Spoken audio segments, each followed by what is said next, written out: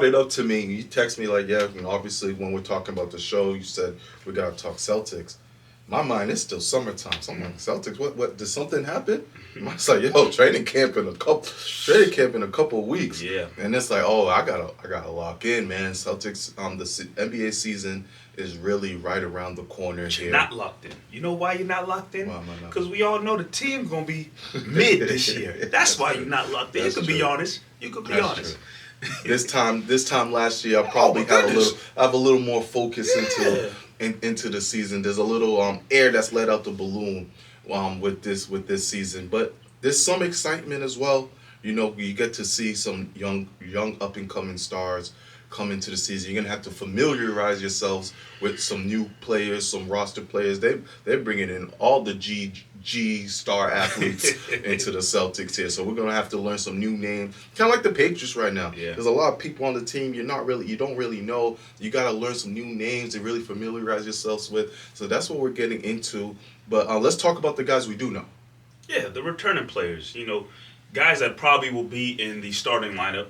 You know, first and foremost, Jaylen Brown. JB. He's coming back. You know, he's had an interesting summer. He's been out and about doing everything. Guys got into streaming now. He want to be a big streamer and whatnot. But you know, They said he wasn't marketable, and he said, "Watch he this." said, "Watch this," and you know, he's been everywhere, doing a little bit of this, that, promoting his, you know, his clothing line, his shoe line, and whatnot. Joining different streams and whatnot. You know, being out in the city constantly. You know, Jaylen Brown has really put his face out there for everybody to see. But aside from that, with the season coming around, this season for sure, he's the face of the Boston Celtics. No ifs, ands, or buts about it. You know, the team essentially is going to be ran through him, and then you got a couple of pieces around him that, you know, hopefully can. So let's stick with JB. Let's talk about JB for a little bit before we move forward.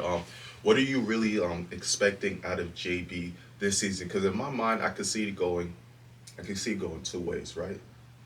And it could be, all right, JB, this is your team. Go prove the world. Yes, you shouldn't have nothing to prove, right? You're the Finals MVP. Mm-hmm. But we know when it comes to JB how people look at him as Robin, really, and he's had his struggles throughout the playoffs. So JB could take this year and go, all right, I'm going to be averaging 26, 5-5, and really, you know, try to keep this Boston Celtics team afloat.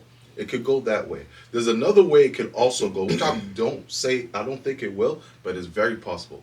Celtics can start struggling with JB on the team, and they say, you know, JB, take a rest day.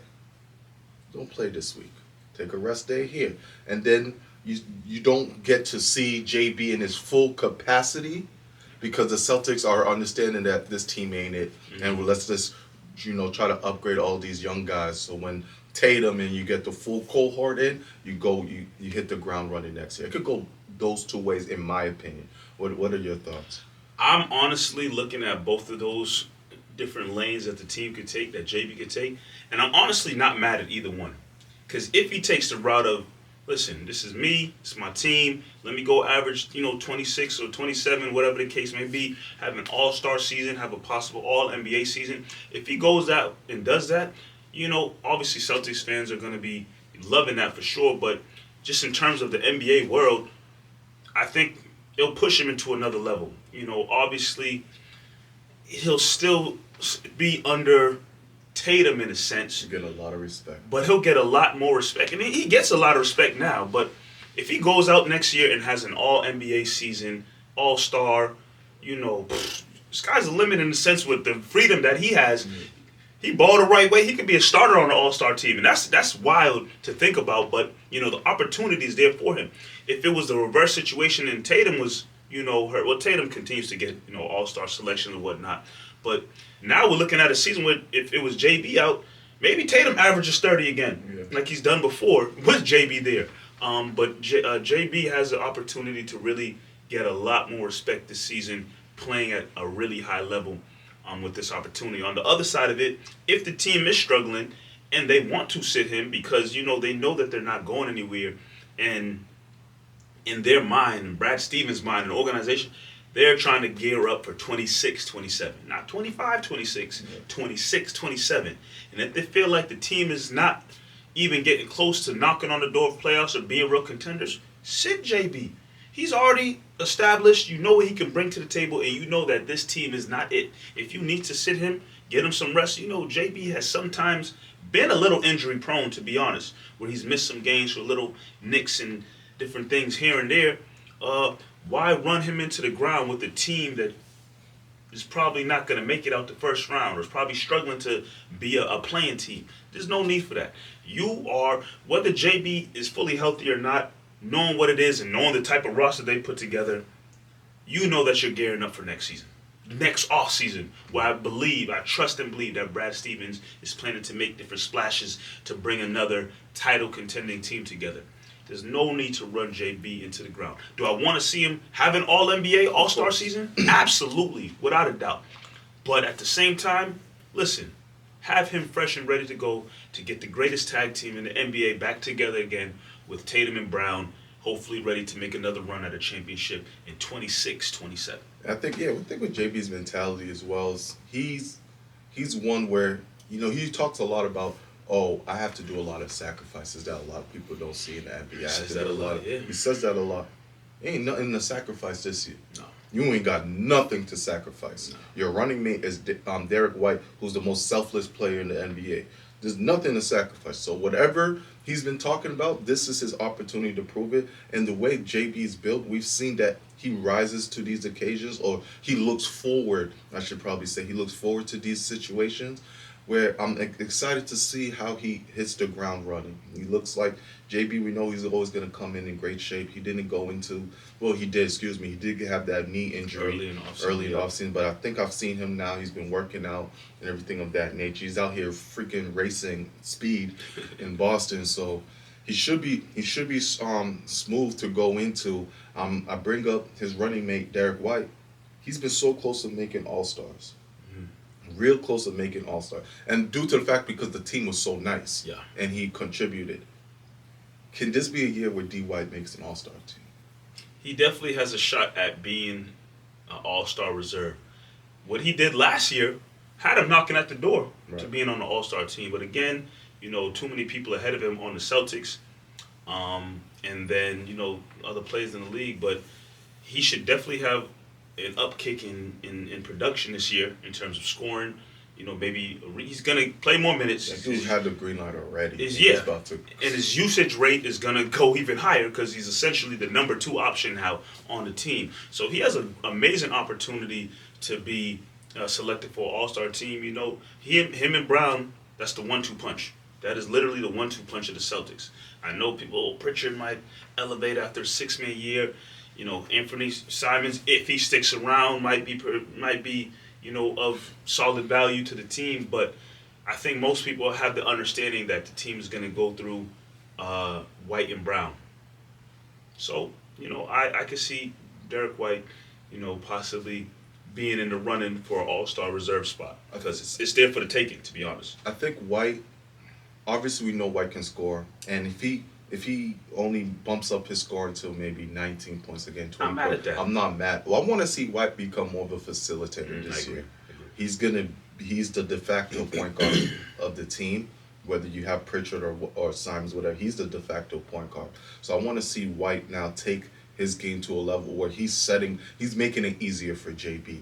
He's going to be setting up the guards to score. You still have Sam Hauser and all of these dudes that are on the team. So what can White do to improve his game? The guy can shoot lights out. He became a lights out shooter. So let's now bring that level of being a point guard into this team that this team desperately needs. Obviously, we have the bigs that are going to be an issue. This team desperately needs someone to set the tone, especially because, unfortunately, JB is going to be handling the ball a lot. Oh, boy. And I say unfortunate with all due respect, but the man struggles when it comes to dribbling the ball. He's gotten better. Obviously, he could facilitate here and there. It makes it easier when you have a full cohort in an all-star team. Now, all eyes and all directions is on Jaylen Brown. The game plan when you face the Celtics is just stop Jaylen Brown from scoring. How do you do that? You're going to send down. It's going to be the first time JB's going to see a lot of doubles. You're going to see a lot of people trying to shut him down in the corner. How is he going to handle that? He turns the ball over a lot. His assist to turnover ratio is one of the worst in the league. So that's why I really need Derrick White to take his game to the next level to become a facilitator.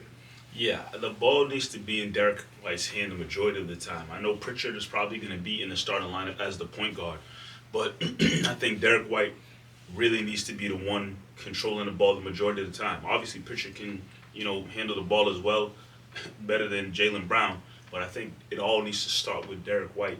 And I agree with you. Him becoming a better facilitator is going to open up things a lot for JB, first and foremost, but just for the other players who obviously have to contribute.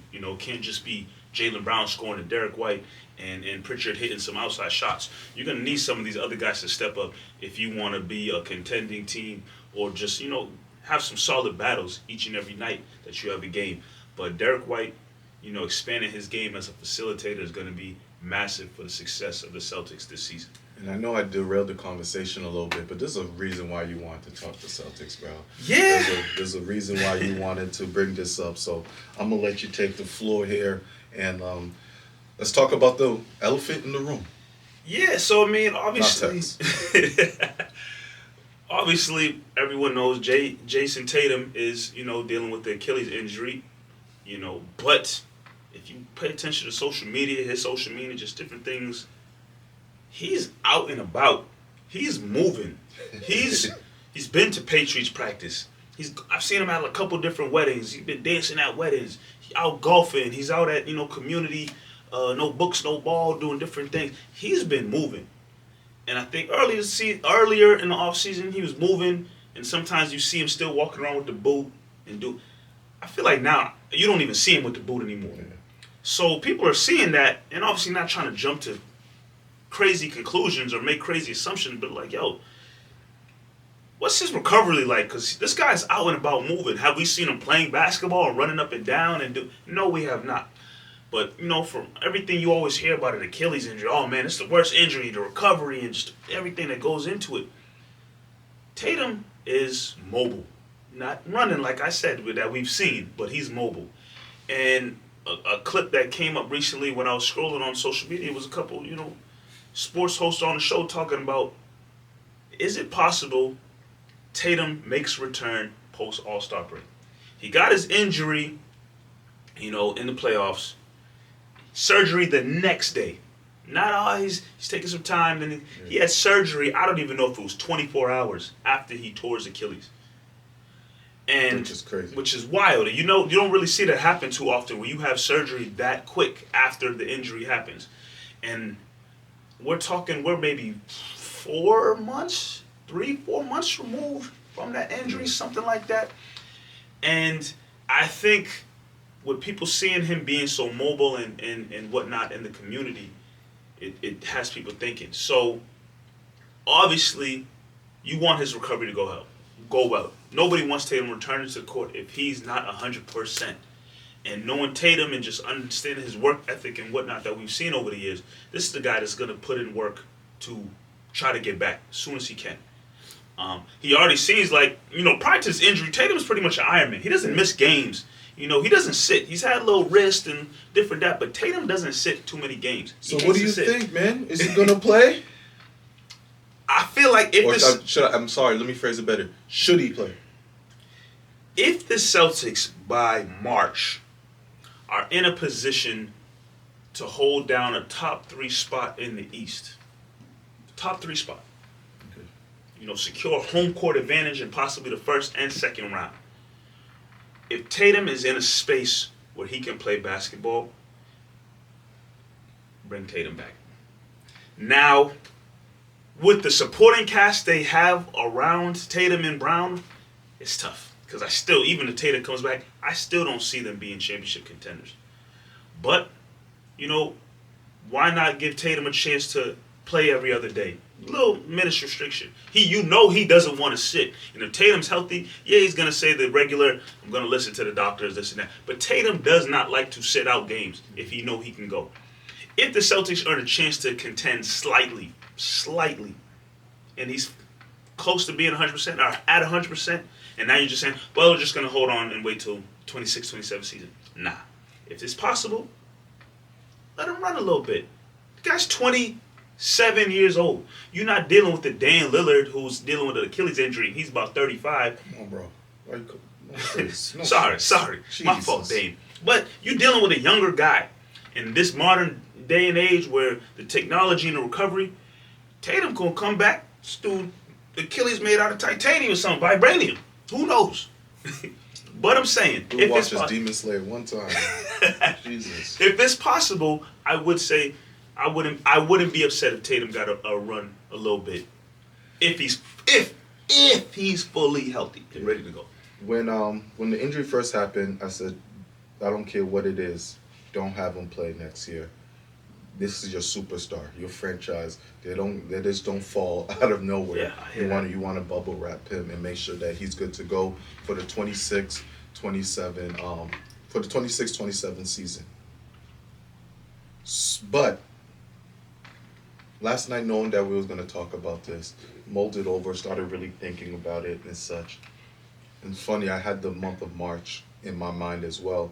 And the reason why I'm leaning towards more of having him play, regardless of what seed the Celtics are in, I'm thinking of Paul George. And we all remember 2014 or so when Paul George broke his leg. And this, you want to talk about a remarkable recovery? No one talks about Paul George's recovery. That joint was crazy. This dude's leg snapped in front of the world, and he came back and played the end of the year.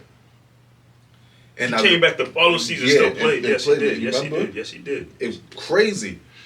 He wasn't great, obviously. Mm-hmm. He was coming back, but I think that was so good for him, where he played. He was averaging maybe 12 points a game. I do remember this. 20 minutes. But it was at the end of the year, whatever. No one remembers it. But the following year, Paul George was back. Obviously, he wasn't the super athletic dude doing a 360 dunks that we remember Paul George was. But he was back being an all-star caliber player. And now we know, he's had a long career after his injury, had a lot of success afterwards. And I think about him returning at the end of the year that no one really thinks about because the Pacers weren't anything that year without him.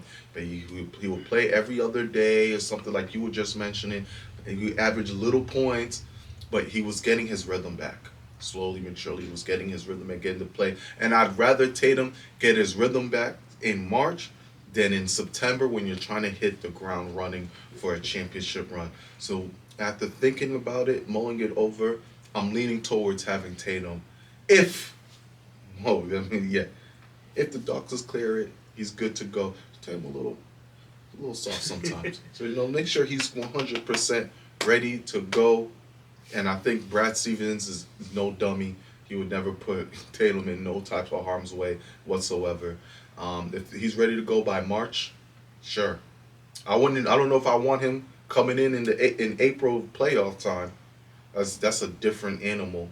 But March, if he's able to really just get a couple games in his body and such, I'm for it. That Paul George example is huge, and I completely forgot about that. Because like you said, no one remembers that he came back at the end of the season. He averaged like 12, 14 points. He wasn't doing anything crazy. But you throw him in that game speed just to get that feel again. Not every day, not every minutes, but just to throw him back in the game speed just so he can get his legs underneath of him again and be in that NBA action.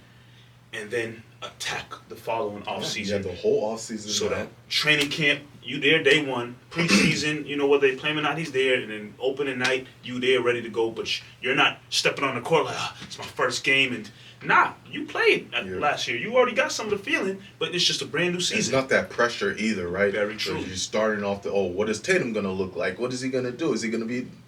Yeah. You already been kind of thrown in the fire a little bit. Obviously, with a new season, the only real conversation is, can Tatum return to his former self? But it's not going to be, what does Tatum look like in his first game action? No, you saw that at the end of the 25-26 season. So you just want to see if Tatum can regain his full form after a whole off-season training camp, all of that. I'm leaning towards it. And again, depending on where the Celtics are in seeding and the standings and whatnot, that may play a part into it.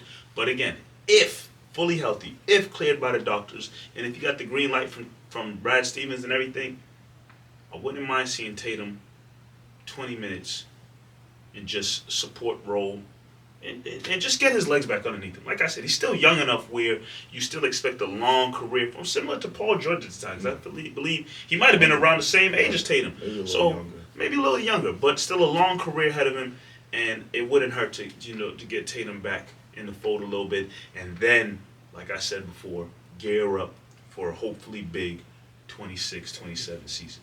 And so this is Double M Live, man. We'll be right back with more on the menu.